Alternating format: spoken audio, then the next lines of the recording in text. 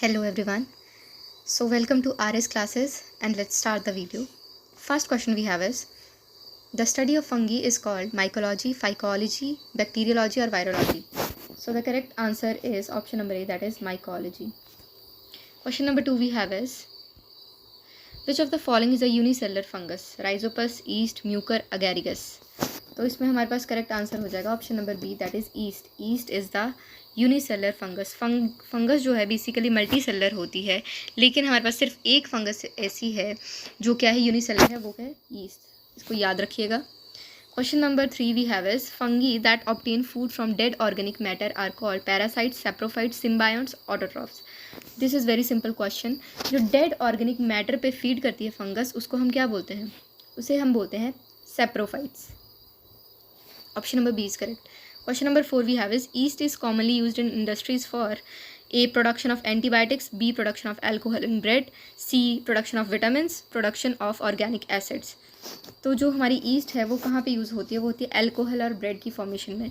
जो ईस्ट हम alcohol industry में यूज़ करते हैं उसको हम बोलते हैं ब्रूअर्स ईस्ट. और जो है ब्रेड बनाने के लिए जो ईस्ट यूज़ करते हैं उसको हम बोलते हैं बेकर्स ईस्ट. क्या बोलते हैं? Bakers east.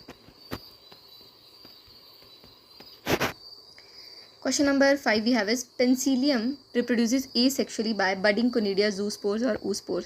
तो पेंसिलियम जो है हमारे पास ये एस्कोमाइसिटीज़ का मेंबर है. किसका मेंबर है? एस्कोमाइसिटीज़. और एस्कोमाइसिटीज़ एसेक्सुअली किससे रिप्रोड्यूस करते हैं? कोनिडिया से. Option number B is correct. Question number 6 we have is dikaryotic phase N+N is a characteristic feature of ascomycetes and basidiomycetes, phycomycetes, zygomycetes और deuteromycetes. So this is very important question. और ये पाया जाता है dikaryon phase जो है हमारे पास, ये पाई जाती है एस्कोमाइसिटीज़ और बेसिडियोमाइसिटीज़ में. क्वेश्चन नंबर 6 का ए करेक्ट है. Question number 7 we have is the association between fungi and root of higher plant is known as symbiosis, mycorrhiza, lichen और हॉस्टोरिया. तो एसोसिएशन होती है रूट ऑफ हायर प्लांट और हमारे पास फंगस के बीच में, इसको हम बोलते हैं माइकोराइजा. क्या बोलते हैं?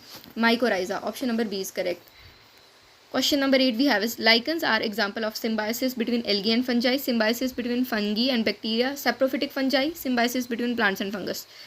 तो लाइकन किसका एग्जाम्पल है? सिम्बायोटिक एसोसिएशन होता है ये एल्गी और फंगस के बीच में.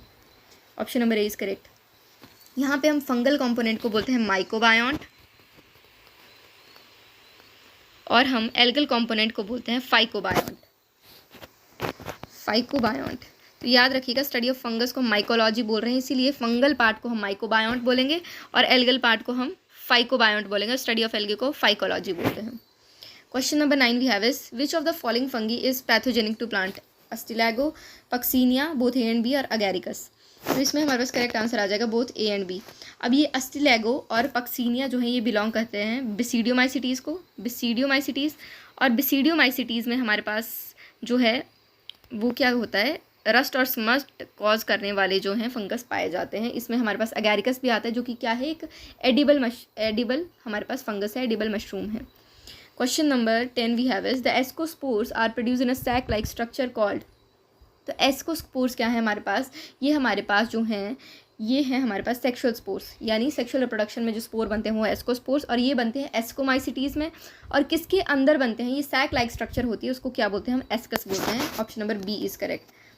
अब ये एस्कस जो है एक फ्रूटिंग बॉडी पे लगता है, उसको हम एस्कोकार्प बोलते हैं, लेकिन जो सैक लाइक स्ट्रक्चर है जिसमें ये प्रेजेंट है उसको हम एस्कस बोलते हैं. याद रखिएगा फ्रूटिंग बॉडी को हम बोलेंगे एस्कोकार्प और जिसके अंदर ये प्रोड्यूस हो रहे हैं एस्कोस्पोर्स उसको बोलेंगे एस्कस और स्पोर्स को बोलते हैं एस्कोस्पोर्स. और ये सेक्शुअल रिप्रोडक्शन में प्रोड्यूस होते हैं एस्कोमाइसिटीज़ में. Question number 11 we have is in yeast reproduction occur by binary fusion, budding, fragmentation, conidia formation. तो जो हमारी फंगस है उसमें हमारे पास जो है 3 तरह से हमारे पास जो है क्या होता है? जो है वेजिटेटिव रिप्रोडक्शन हो सकता है. कैसे? बडिंग से हो सकता है, फ्यूजन से हो सकता है और फ्रेगमेंटेशन से हो सकता है. तो ईस्ट में हमारे पास कौन सा रिप्रोडक्शन पाया जाता है? Reproduction occurs by budding. क्या होता है ईस्ट में? यहाँ पे ये मान लीजिए ईस्ट है, यहाँ पे एक बड ग्रो करेगा और थोड़े टाइम बाद क्या होगा?